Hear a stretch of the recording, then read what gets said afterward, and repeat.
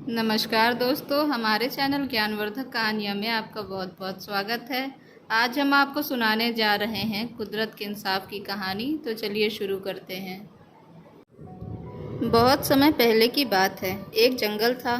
उस जंगल के एक हिस्से में बहुत सारे सांप रहते थे। एक बार सांपों ने देखा कि वहाँ पर कुछ इंसान आकर बस गए हैं और उस जगह के पेड़ भी कटते चले जा रहे थे।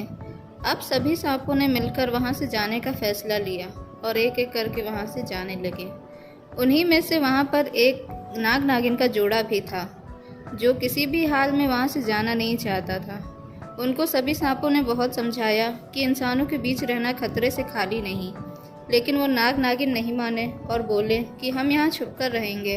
हम इंसानों के सामने आएंगे ही नहीं, तो फिर हमें क्यों नुकसान पहुँचाएंगे। उनके तर्क वितर्क सुनकर सभी सांप चुप रह गए और उन्हें उन्हीं के हाल पर छोड़कर चले गए। धीरे धीरे उस जंगल का वो हिस्सा एक पूरे गांव के रूप में परिवर्तित हो गया। उस नाग नागिन के घर के ऊपर भी लोगों ने मकान बना लिया। वो नाग नागिन वहाँ रहते ज़रूर थे, लेकिन कभी किसी के सामने नहीं आते थे। हाँ, लेकिन वो उस घर जो कि उनके बिल के ऊपर बना था, उसकी वो रक्षा अवश्य करते थे।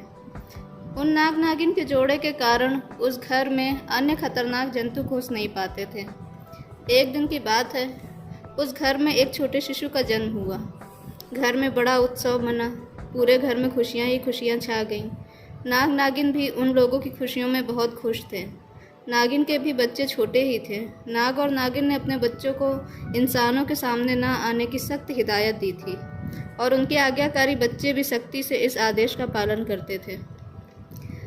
इसी तरह से नाग नागिन अपने परिवार के साथ और मनुष्य अपने परिवार के साथ एक ही जगह पर रह रहे थे, लेकिन मनुष्यों को इस बात का जरा भी एहसास नहीं था। वे अपने अपने जीवन को सुखपूर्वक जी रहे थे। एक दिन दोपहर का समय था। उस घर के लोग सभी बाहर गए हुए थे। बच्चा घर के आंगन में खेल रहा था और उसकी माँ रसोई में खाना बना रही थी कि अचानक बच्चे की रोने की आवाज़ सुनकर माँ भागी भागी बाहर दौड़ कर आई। उसने देखा कि एक आदमी बच्चे को गोद में लिए खड़ा था और उसके सामने वो नाग नागिन फन फैलाए खड़े थे।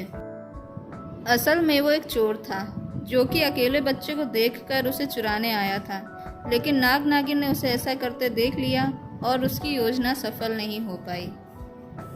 उधर बच्चे की माँ को देखकर चोर चिल्लाया और बोला, बहन, ये नाग और नागिन इस बच्चे को काटने जा रहे थे। मैंने देखा तो भागकर यहाँ इस बच्चे को बचाने चला आया। जल्दी से जाकर गांव वालों को बुला लाओ और इन नाग नागिन को मार डालो। बच्चे की माँ को तो कुछ समझ न आया। वो ज़ोर ज़ोर से चिल्लाने लगी। उसकी आवाज़ सुनकर गांव वाले भागे भागे आए और नाग नागिन को देखते ही उन पर हमला कर दिया। बेचारे नाग नागिन तो कुछ बोल नहीं सकते थे। गाँव वालों ने पीट पीट कर उनको मार डाला।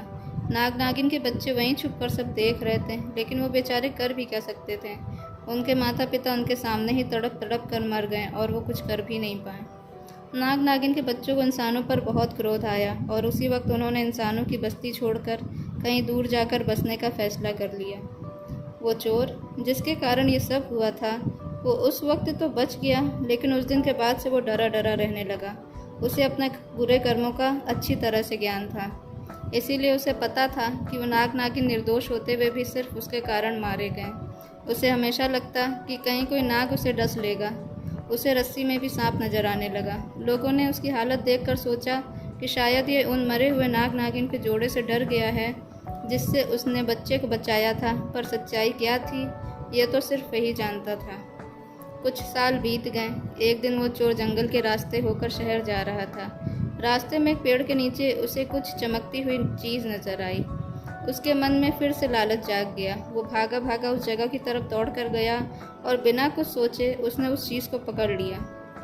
उस चमकती हुई चीज़ को पकड़ते ही उसके मुंह से जोर से एक चीख निकली। वो जिसे मणि समझ रहा था, असल में वो एक छोटी नागिन थी, जो कि धूप पड़ने पर मणि की तरह चमक रही थी। और संयोग से ये उसी नाग नागिन की बेटी थी जिन्हें उस चोर ने धोखे से मरवा डाला था।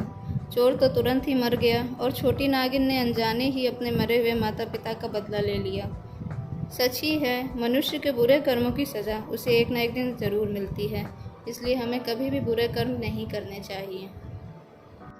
इसी तरह की और रोचक कहानियाँ सुनने के लिए हमारे चैनल ज्ञानवर्धक कहानियाँ को लाइक और सब्सक्राइब करें। धन्यवाद।